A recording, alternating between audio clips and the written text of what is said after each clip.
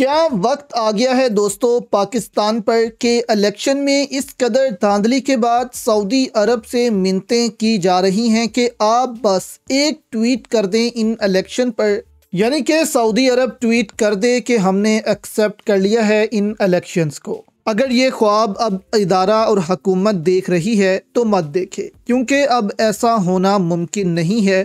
اب ساری گیم آپ کو سمجھاتے ہیں کہ کیوں یہ سب کیا جا رہا ہے۔ اس وقت مغربی ممالک کھل کر ان کے خلاف بول رہے ہیں۔ اب بنگلہ دیش میں دھاندلی ہوئی، لیکن ایسے رزلٹ تبدیل نہیں کیے گئے کہ ایک جماعت 2/3 اکثریت لے رہی ہے اور اگلے ہی دن اس کو تبدیل کر دیا جائے۔ تو بنگلہ دیش میں ایسا ہوا، اس کو کنٹرول کر لیا گیا، عوام وہاں نکلے ہی نہیں، ٹرن آؤٹ سلو رہا، آرام سے دھاندلی کر لی گئی، دنیا نے بھی اتنا شور نہیں مچایا۔ اب یہ سمجھ رہے تھے کہ پاکستان میں بھی ایسا ہوگا، لیکن اس قدر عوام باہر نکلی کہ یہ اس کو کنٹرول کر ہی نہیں سکے، اور مجبوری میں پھر امریکہ، برطانیہ، یورپ کو بھی اس پر بولنا پڑا، اور یہ پھنس گئے ہیں کہ دنیا کا کوئی ملک تو ان الیکشن کو تسلیم کر لے۔ اس پر عادل راجہ نے ٹویٹ کی کہ دنیا کے 5ویں بڑے ملک، چوتھی بڑی جمہوریت میں انتخابات اس قدر بے معنی اور دھاندلی زدہ ہوئے ہیں کہ ابھی تک کسی بھی ملک، حتیٰ کہ کسی دوست ملک یعنی چین، سعودی عرب وغیرہ نے بھی پاکستان میں انتخابات کے کامیاب انعقاد پر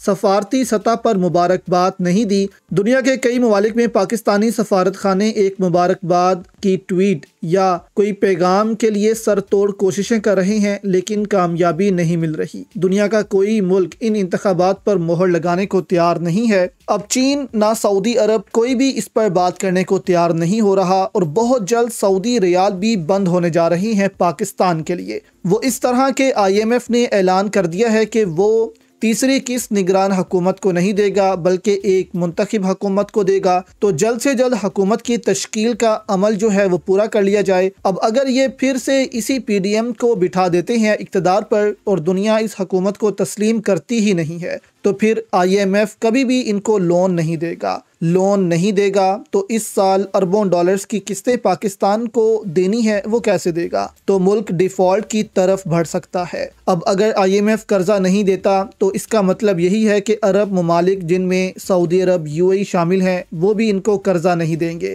کیونکہ اس سے قبل وہ کہہ چکے ہیں کہ IMF سے ڈیل کرو پھر ہی لون دیں گے۔ تو اگر یہاں پر IMF ہی پاکستان کو قرض نہیں دے گا تو عرب ممالک بھی پاکستان کو قرض نہیں دیں گے، جس کے بعد یہ مجبور ہو جائیں گے کہ عوام کے سامنے جھک جائیں اور عوامی مینڈیٹ کو تسلیم کر کے ایک حکومت وہ بنائے جو عوامی مینڈیٹ سے آئی ہوگی۔